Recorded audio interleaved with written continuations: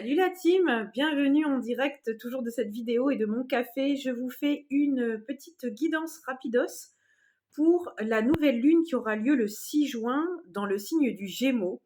Petite dédicace just for me, je suis née le 6 juin et je suis donc du coup Gémeaux. C'est assez intéressant, ça va être une spéciale dédicace pour moi, donc autant vous dire que cette vidéo et les messages que je vais vous passer aujourd'hui, je vais bien les prendre aussi pour moi. On aura des choses à entendre. J'espère que tout le monde va bien, le soleil est revenu, ça nous fait du bien. On retrouve un peu le moral, l'envie des actions aussi, parce qu'on a eu un peu de tumulte en ce moment de se dire mais mince, on n'a plus envie d'avancer avec ce temps qui est un petit peu en montagne russe. Alors, je vous ai tiré simplement, on a fait simple hein, pour le coup, là j'ai pas sorti de tarot, etc. J'ai juste sorti ce jeu-ci et j'ai tiré d'ores et déjà 3 cartes. Comme ça nous évite aussi le temps de tirage. Je fais au plus court pour vous et au plus court pour moi. Alors, on a 3 cartes qui sont tombées. Vous allez voir, c'est typique du signe des Gémeaux. Alors, pour ceux qui sont Gémeaux, ça va leur parler. Ou pour ceux qui ont quelqu'un autour d'eux qui est Gémeaux, ça va vous parler. On a la carte 11, la carte des choix qui est tombée. Ensuite, on a en deuxième position la carte 15, la discrétion. Et pour terminer, on a la carte 6 de l'argent qui est tombée. Clairement, sur ce tirage, je ne vous tirerai pas d'autres cartes parce que le message est clair et vous verrez qu'il n'y aura pas besoin de beaucoup plus. Alors, 11, les choix. Typiquement, le Gémeaux est un signe qui a des problèmes avec ça, qui a du mal à se positionner. Il y a toujours un souci de... Comment pourrais-je dire de renoncer finalement. Si on choisit, on renonce. Donc il y a toujours un peu ce côté de peut-être laisser passer la pépite à côté. Mais là, on vous dit de faire des choix. Et sur cette carte, c'est encore plus important parce qu'on vous parle du numéro 11, qui est le numéro un maître nombre, qui parle effectivement d'un guide, d'un maître. Alors effectivement, est-ce qu'on vous demande de choisir une direction si vous voulez accompagner des gens? Mais ce qui me revient là le plus, c'est que c'est le numéro de l'architecte. Donc vraiment, le 11, il bâtit, il plaisante plus. On est à la fin du cursus de numérologie. Vous savez que les cycles vont de 1 à 9. Et le 11, il a donc terminé son cycle. Donc là, on vous demande plus, on vous demande, je vous l'avais dit la dernière fois dans une guidance, de terminer ce que vous avez commencé. Et bien là, c'est clairement ça. Pour récolter, on va vous demander de terminer et puis de faire les bons choix. Et cette carte nous dit aussi qu'il faut faire des choix en fonction de ce que vous désirez réellement et non pas en fonction de vos mémoires. C'est tout à fait à propos pour cette année. Vous allez dire que je radote et ce serait bien vrai. Mais pour le coup, cette année, on est vraiment sur trouver sa place. Vous voyez beaucoup de gens, regardez autour de vous, beaucoup de gens qui déménagent, beaucoup de gens qui d'un seul coup font un grand virage de vie. Je vois beaucoup passer de déménagements actuellement. Alors après, c'est la période, hein, le printemps, c'est plutôt propice. Mais je vois beaucoup de reconversions professionnelles aussi. Il y a beaucoup de grands clashs cette année. Il y a des séparations quelles qu'elles soient, des deuils quels qu'ils soient. Vous savez que le deuil, c'est pas juste la mort d'une personne. Il y a beaucoup de choses. J'entends renoncement. Donc, il y a peut-être des gens qui renoncent à des choses en se disant finalement, c'est pas bon pour eux. Ça peut être aussi des mauvaises habitudes. Ça peut être. Ouais, on me dit des choix professionnels aussi. Après, des fois, on a tendance aussi, que ça soit une situation professionnelle, une relation, une situation, un lieu de vie, on peut avoir tendance à idéaliser. Il n'y a que le fait de le vivre pour vous rendre compte que finalement, on sort de l'illusion. L'année 8 aussi, c'est ça, hein, si on sort de l'illusion, on sort de la poudre de perlimpinpin qu'on se vend à nous-mêmes pour venir vivre la réalité telle qu'elle est et voir si finalement elle nous correspond. Donc là, ici, pour revenir à ce que je disais, parce que forcément le Gémeaux, c'est de l'éparpillement aussi, sinon ce serait pas drôle. Là, on va être clairement sur aller chercher ce que vous désirez et pas vos mémoires. C'est intéressant parce que j'en ai encore parlé avec des amis il y a peu de temps. On parlait de professionnels et puis on se sentait, comment dire, identifié à un métier. On est revenu autour de cette discussion-là et à un moment, je me suis dit... j'ai dit à la personne en question, mais est-ce que c'est le métier que tu désires faire ou est-ce que c'est le métier que l'enfant blessé désire faire parce qu'il ne connaît que ça? Dans le rôle des métiers du sauveur, on a les infirmiers, on a les gens qui sont soins à l'autre, qui sont dévoués, empathes et compagnie, qui vont vouloir faire ce métier-là, qui vont exceller dans ce métier-là. Mais est-ce que c'est l'adulte accompli et guéri qui souhaite faire ce métier? Ou est-ce que c'est l'enfant blessé qui a sauvé sa famille dysfonctionnelle et qui a tellement eu l'habitude de prendre soin des autres parce que c'est ce qu'on lui demandait dans son enfance pour, pouvoir vivre et cohabiter? Et est-ce qu'aujourd'hui, c'est toujours valable? Il y a beaucoup de choses comme ça, vous allez voir que les relations que vous avez avec d'autres personnes, est-ce que c'est l'enfant blessé qui résonne ou est-ce que c'est l'adulte guéri? Et généralement, quand vous voyez un entrechoc où parfois vous avez votre âme qui dit: «Non, bah non, j'ai pas envie de ce genre de j'ai plus envie d'être dans les problèmes, j'ai plus envie de sauver les gens», là, c'est l'adulte guéri. Et bien malgré vous, parfois, vous retombez dans l'enfant blessé, mais c'est tout à fait OK, hein, faut des phases d'expérimentation dans tout ça. Mais là, cette carte, elle vient vraiment vous amener ça. Après, est-ce qu'on pourrait faire un raccourci en vous disant, bah, prenez les bons choix pour construire si vous voulez être l'architecte finalement et sortir peut-être de le 11, ça peut être aussi d'être à son compte, hein. Donc si vous voulez être à votre compte, réfléchissez bien au type de profession que vous voulez exercer, pour vous épanouir. Si toutefois, en plus, il y a des blocages, c'est la bonne question à se poser. Et puis surtout, la bonne question à se poser, c'est êtes-vous épanoui, hein, clairement. Là, c'est ce qu'on vous dit. Quand on vous demande de ce que vous désirez réellement versus ce que vos mémoires vous imposent, vos mémoires, vous savez, c'est votre vécu, ça peut être le vécu de vos aïeux, je vous en ai déjà parlé, on vit beaucoup de transgénérationnel. Quand vous grattez un petit peu la surface, vous allez discuter avec quelqu'un de votre famille, malheureusement, vous vous rendez compte que vous vivez beaucoup de situations que vos aïeux ont vécues, des fois même sans le savoir, parce que c'est lors d'une discussion que vous allez l'apprendre.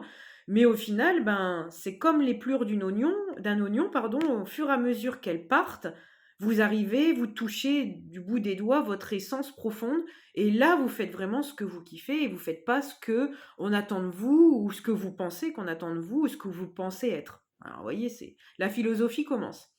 Alors, pour cette carte, on va s'arrêter là. Vous voyez, j'avais des choses à dire, hein. 7 minutes sur une carte, il n'y avait pas besoin d'autres cartes. La discrétion, le numéro 15, ça peut, dans le 15 dans le tarot, c'est le diable. Donc, vous voyez, ça peut être les excès. Alors, cette carte, elle peut être prise d'un côté ou d'un autre. Mais là, je sens plus que c'est le côté Gémeaux très bavard, très expansif. Et là, on va vous demander un petit peu de mettre la sourdine. Parce que si vous avez justement des choix professionnels et qui sont pas encore entrés dans la matière, on va vous demander peut-être d'être un peu discret tant que c'est pas entré dans la matière. Là, on vous dit: «Je nettoie les mémoires et je préserve les grands objectifs de ma vie». Donc voyez, si vous voulez pas être trahi aussi, qu'on vous pique des idées, des choses comme ça, quand bien même il y a jamais de gravité, hein, absolue, hein, on vous pique une idée, vous en trouverez une autre. C'est pas tant le problème, mais plutôt que de devoir faire ça, mettez la sourdine. Là, je pense que c'est vraiment un travers, alors c'est marrant parce que le premier travers du Gémeaux, c'est de faire des choix cornéliens. D'ailleurs, le 6 dans le tarot, c'est la carte des Gémeaux, c'est la carte des amoureux et la carte des amoureux, c'est les choix difficiles à faire, vous voyez? Donc premier travers du Gémeaux, les choix difficiles à faire. Deuxième travers, le blablabla, à tort et à travers, qui peut d'ailleurs lui porter préjudice, ramener des bonnes blessures de trahison, ramener aussi la vie de tout le monde. Parce que dès que vous allez parler de vos projets, vous allez juste parler de vos projets sans plus vous mouiller, mais vous allez toujours avoir à boire et à manger. Vous allez en entendre de toutes les couleurs, mais fais pas ci, fais pas là, et tout le monde va y aller de sa blessure et de son historique, etc. Il n'y a que votre âme qui sait où aller. Et ça peut être un peu le travers du signe d'air qui va vouloir être dans son hyper-adaptabilité, faire plaisir à tout le monde. Vous voyez, ça donne 6. Le 6, c'est comme je vous disais, c'est le Gémeaux. Le 6, c'est l'harmonisation. Donc vouloir harmoniser, vouloir faire plaisir à tout le monde, mais c'est pas le but, vous voyez. Le but, c'est que vous soyez heureux, vous, pas que vous confortiez tout le monde dans ces petites blessures, ces petits travers. Donc là, peut-être aussi que il n'y a pas forcément que la blessure de trahison à parler du sujet, mais peut-être plus là pour vous préserver et préserver votre charge mentale. Parce qu'à partir du moment où tout le monde va y donner sa petite recette, vous allez être encore plus perdu et ça ne va pas vous permettre en plus de faire des choix. plus facilement. Bien au contraire. Donc écoutez-vous, il n'y a que vous qui sachiez le chemin. Et on finit par un 6, parce que vraiment, comme je vous disais, le 6, c'est le signe des Gémeaux, l'harmonisation. Et là, on vous parle du rapport à l'argent et des mémoires qui freinent l'épanouissement financier et de vous sentir riche. Alors là, ce que je ressens aussi, c'est la continuité de ce que je vous disais avant, recentrer sur vous. Ça vous permettra de vous sentir aussi sur vous et de vous remplir. Parce que la tendance du Gémeaux aussi, c'est toujours être en vadrouille, être toujours au contact des autres. Et le problème, c'est quand vous êtes sur les autres, vous n'êtes pas sur vous. Et finalement, c'est très bien, c'est plaisant. Le Gémeaux a besoin de s'amuser, il a besoin de communiquer, il a besoin d'être entouré. Mais par contre, le niveau de rapport à l'argent, être toujours sur les autres, vous ne travaillez pas sur vos projets. Et ça, c'est bien en travers aussi du Gémeaux. C'est un signe d'air qui va avoir plein d'idées et il va falloir le mettre dans la matière. Donc vous voyez, il faut que l'air redescende dans la terre. Et pour ça, il faut un tout petit peu de pragmatisme que les signes de terre connaissent très très bien, mais qui construisent. Parce que les signes de terre construisent. Et construisent aussi le patrimoine, le financier, l'avenir, à plus ou moins moyen terme, on va dire. Et là, peut-être c'est ça, c'est aussi un signe, un travers aussi des signes d'air, notamment le Gémeaux, c'est peut-être de ne pas voir un peu plus loin. Et le fait peut-être de vous mettre aussi, de vous objectiver les choses, ça va vous permettre d'avoir une vision sur le moyen long terme et puis de pouvoir faire cette part d'équilibre. Vous savez que cette année, on travaille beaucoup l'équilibre. Donc, on évite les excès, quels qu'ils soient. Les excès, je vous parlais du 15, on évite les excès et on essaye de se recentrer sur les projets en fait. Et le juste équilibre aussi des choses. Donc là, on vous dit clairement, si vous rencontrez en plus des problèmes financiers, alors après là on vous parle de financier, mais ça peut être l'abondance sous toutes ses formes, bah là on vous dit de recentrer sur vous, et encore une fois, la première carte nous en parlait sur vraiment ce que vous désirez, pas ce qu'on attend de vous.